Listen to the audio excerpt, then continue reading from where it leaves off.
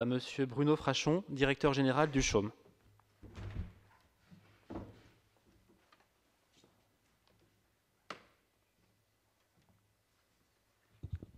Bien, mesdames et messieurs, bonjour.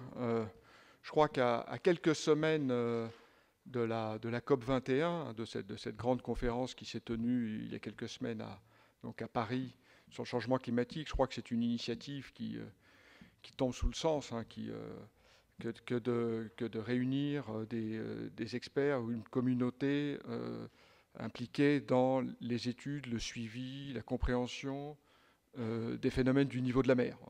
On voit bien que dans le changement climatique, comme ça vient d'être rappelé, le niveau de la mer est à la fois un marqueur, une conséquence, un sujet de préoccupation pour nos sociétés, sujet important. Et finalement, il n'y a pas de lieu plus favorable pour examiner ces questions qu'ici à Paris, à la Commission océanographique intergouvernementale, qui, comme vient de le rappeler Thorkild Arup, joue depuis des décennies un rôle absolument fondamental dans la coordination, l'impulsion des activités scientifiques et techniques dans ce domaine. Donc je voudrais tout d'abord effectivement remercier la COI. Je vous prierai, monsieur, de transmettre nos remerciements au secrétaire exécutif Vladimir Ryabinin pour nous avoir permis de nous réunir ici pour ces journées. J'en profite également pour remercier la Direction générale de la prévention des risques, hein, du ministère de l'écologie et du développement durable, qui a œuvré pour que se tiennent aussi ces journées REFMAR. Je voudrais remercier le BRGM, hein, qui s'est associé très étroitement et très impliqué dans le montage de ces journées, comme on aura l'occasion de le voir. Puis, pour conclure les remerciements, je voudrais d'abord vous remercier, vous, hein, chers collègues, venus de différents endroits, d'Europe, d'Afrique, d'Amérique, du Pacifique, pour effectivement échanger, discuter sur ce sujet qui est éminemment d'intérêt global. Le niveau de la mer. Alors, le mouvement de la mer, ça a toujours été quelque chose de fascinant pour les hommes, du moins depuis qu'ils naviguent. Vous connaissez les premières descriptions des marées, hein, par Pythéas, et c'était un navigateur. Les premières tables de marée, elles viennent d'un peuple de navigateurs, hein, puisque c'est au XIIIe siècle, le port de Londres établissait déjà des prédictions de marée. Et les navigateurs s'y sont toujours intéressés. Donc, bien évidemment, le CHUM, dont une des missions principales est la sécurité de la navigation, est très impliqué depuis plusieurs siècles dans le suivi de la marée. Mais clairement, et ça je l'ai évoqué en début de mon introduction, c'est un sujet qui n'intéresse pas que les navigateurs. On y retrouve, ça vient d'être évoqué, dans le niveau de la mer, la convergence tout un ensemble de phénomènes, de processus océanographiques, géophysiques, puisque le mouvement de la mer, c'est aussi le mouvement de la Terre, par rapport à laquelle la mer monte. C'est aussi les questions du géoïde. On a évoqué l'altimétrie satellitale, hein, qui joue bien sûr un rôle fondamental. Donc ces questions du niveau de la mer, c'est une convergence, une association de compétences, de communautés scientifiques qui est, je crois, assez caractéristique des études des sciences de la Terre. Alors, comme toute science, en particulier dans les sciences de la Terre, l'observation, il joue un rôle essentiel, et c'est, je crois, le cœur de la motivation de ces journées. L'observation, les réseaux d'observation, les techniques d'observation. Alors, puisque M. Thorkild Arup parlait de l'importance des réseaux nationaux, c'est l'occasion d'évoquer ici l'effort que fait la France dans ce domaine, avec plusieurs réseaux, hein, le réseau RONIM, qui est animé par le CHUM, le réseau ROSAM en Antarctique. Une chose qui est importante dans ces réseaux, c'est qu'ils ne sont possibles que parce qu'avec la coopération. Les réseaux que j'ai évoqués s'étendent sur pratiquement toutes les mers du globe. C'est hors de portée en matière de suivi, de maintenance, de mesures scientifiques à faire, de calibration. C'est hors de portée d'un seul organisme.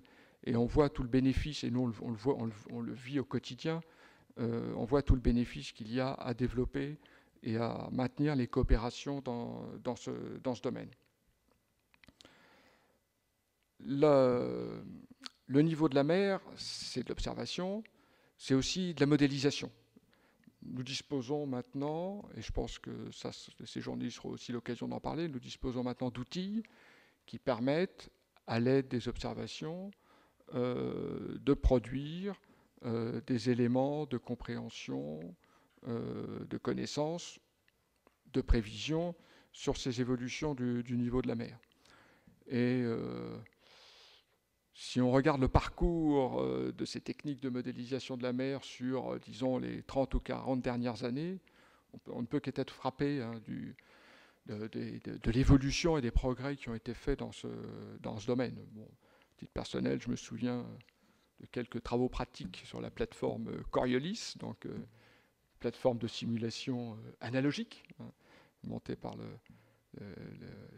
professeur Chaberdière avec le regretté Christian Le Provost. Et quand on voit les possibilités offertes maintenant par les techniques numériques, on mesure le chemin parcouru, mais également l'apport, la capitalisation de tout ce qui a été fait ces dernières décennies.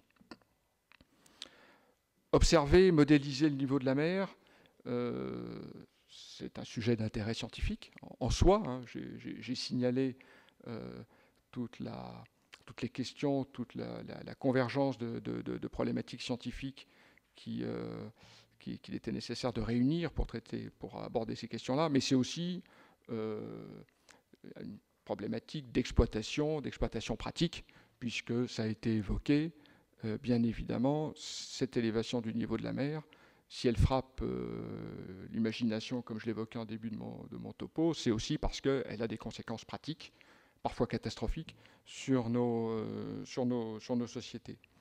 Dans ce domaine-là aussi, la coopération, la collaboration entre les pays, entre les organismes au sein d'un même pays, joue un rôle fondamental. On peut en prendre simplement comme exemple au niveau français, celui que je connais le mieux, les collaborations qui se développent dans le domaine scientifique avec le SONEL, et sur des applications pratiques à vocation de sécurité, avec le centre d'alerte au tsunami, le CENALT, et la vigilance vague submersion, qui se développe en particulier grâce à un certain nombre de projets associant différents organismes français auxquels le CHOM participe. Voilà, observer, modéliser, exploiter, fournir, délivrer des informations, des services pratiques, en particulier pour la sécurité des biens et des personnes sur le littoral, mais aussi comprendre les phénomènes, les intégrer à une perspective plus globale du changement climatique. Voilà, c'est les enjeux de l'observation du niveau de la mer. Il y a, on l'a évoqué, un certain nombre de défis, à mon avis, dans ces questions. En matière d'observation, il y a déjà un premier défi qui est celui de maintenir les réseaux d'observation dans la durée. Je l'ai évoqué, ils sont très dispersés, c'est normal. Ils sont très souvent, les observatoires sont souvent isolés, puisqu'il est absolument fondamental de pouvoir observer les évolutions du niveau de la mer au milieu des océans, sur des îles isolées. Ça nécessite beaucoup d'efforts, et ça c'est vraiment un défi qu'on a devant nous, et pour lequel, là encore, la coopération, la collaboration est quelque chose d'indispensable, et tout ce qui peut renforcer notre communauté dans ce domaine-là est le bienvenu. C'est aussi des défis scientifiques. Là, un certain nombre ont été évoqués précédemment. Ça, je pense que ça fera partie probablement des sujets des sujets de discussion.